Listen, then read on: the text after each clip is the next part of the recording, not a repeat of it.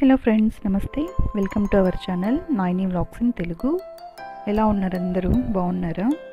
బాగుండాలి అందరూ కూడా. ఈరోజు మనం మన ఛానల్లో క్యాప్సికమ్ ఫ్రై చేయబోతున్నాము.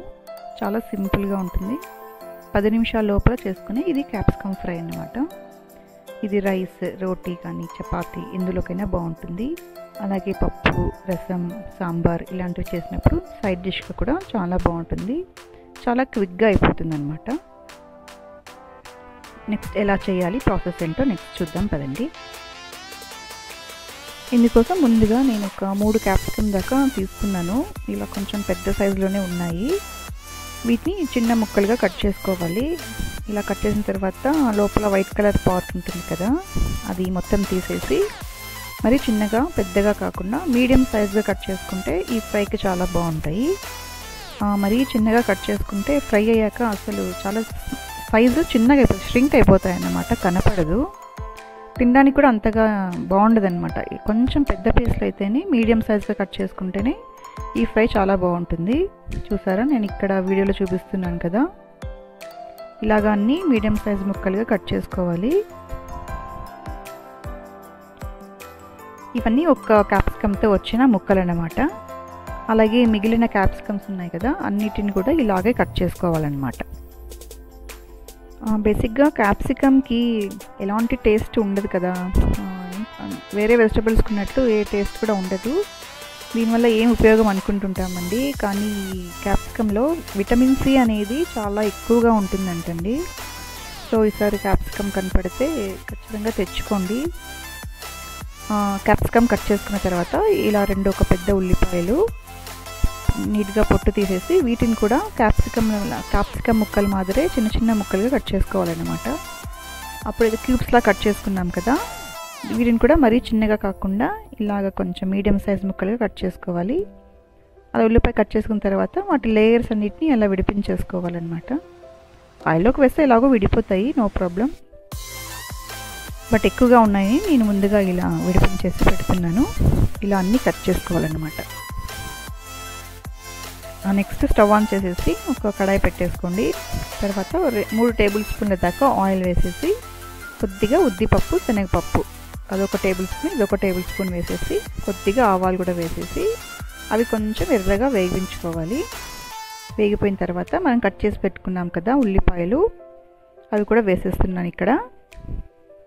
ఈ ఫ్రైకి ఉల్లిపాయలు అనేవి కొంచెం ఇలా పెద్దగా కట్ చేసుకుంటేనే బాగుంటుందండి ఫ్రైకి. మరీ చిన్నగా కట్ చేస్తే కర్రీ మాదిరి అయిపోతుంది, బాగుండదు. ఇలా ఒక్కసారి నీట్గా బాగా కలుపుకోవాలి.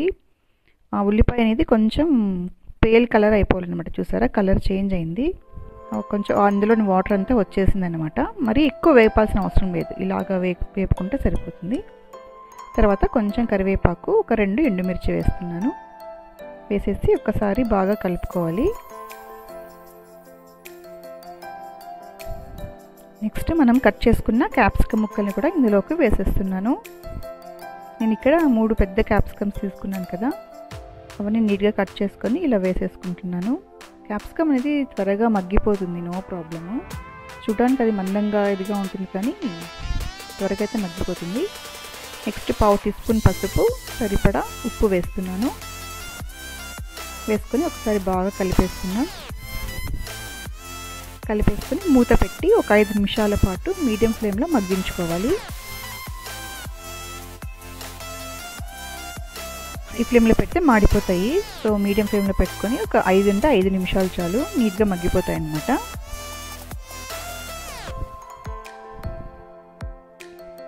ఇక్కడ 5 నిమిషాలు అయిపోయింది. నేను మూత తీసి చూస్తున్నాను. మూత తీసాక మరొకసారి కలిపేసుకొని స్పూన్తోని మనం తీసుకున్నాం కదా స్పూను, దాంతోనే అలా ఒక క్యాప్సికమ్ ముక్కని ప్రెస్ చేస్తే మనకు తెలిసిపోతుంది అనమాట. సరే, అది నీట్గా బ్రేక్ అయిపోయింది, పర్ఫెక్ట్గా ఉడికిపోయింది అనమాట. ఒకసారి నీట్గా కలుపుకోండి. కలుపుకున్న తర్వాత పుట్నాల పప్పు అంటాం కదా మనం, పప్పులు అంటాము, వాటిని ఒక 3 టేబుల్ స్పూన్లు తీసుకొని బాగా వేపించుకొని పక్కన పెట్టుకున్నాను. చూసారా, వేపించాను అవి. ఇప్పుడు ఈ వేపించిన వాటిని ఏమి వేయకుండా, ఉప్పు కారం ఏమి వేయకుండా జస్ట్ పొడి కొట్టుకోవాలన్నమాట మిక్సీలో. ఈ వేపించిన పప్పుని ఇలా మెత్తగా పొడి కొట్టుకోవాలి. ఇదొక 3 టేబుల్ స్పూన్ల దాకా ఉంది. నేను ఇప్పుడు ఇందులోకి 1.5 టేబుల్ స్పూన్ దాకా కారం వేస్తున్నాను. మీకు సరిపడా కారం వేసుకోండి. వేసుకొని ఇప్పుడు బాగా మిక్స్ చేసుకున్నాం. ఆ పుట్నాల పప్పు పొడి అలాగే కారం పొడి చక్కగా మిక్స్ చేసుకొని మనం ఫ్రై చేసి పెట్టుకున్నాం కదా క్యాప్సికమ్, అందులోకి వేస్తున్నాను. పొడి అంతా ఒకే చోట వేయకుండా ఇలా మొత్తం స్ప్రెడ్ చేయండి.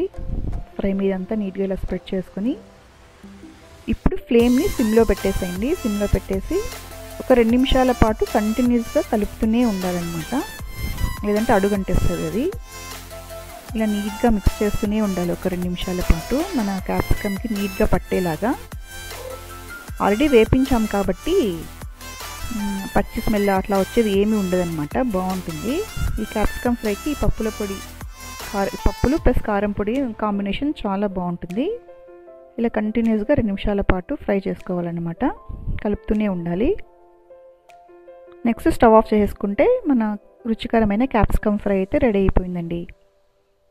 చాలా సింపుల్, ఒక్కసారి మీరు కూడా ట్రై చేయండి. హోప్ మీకు ఈ వీడియో నచ్చింది అనుకుంటున్నాను. నచ్చితే please like, share and subscribe to our Nayini vlogs in Telugu అండి. Thank you for watching. మరొక వీడియోతో మళ్ళీ మీ ముందుకు కలుస్తాను. Thank you for watching. Bye.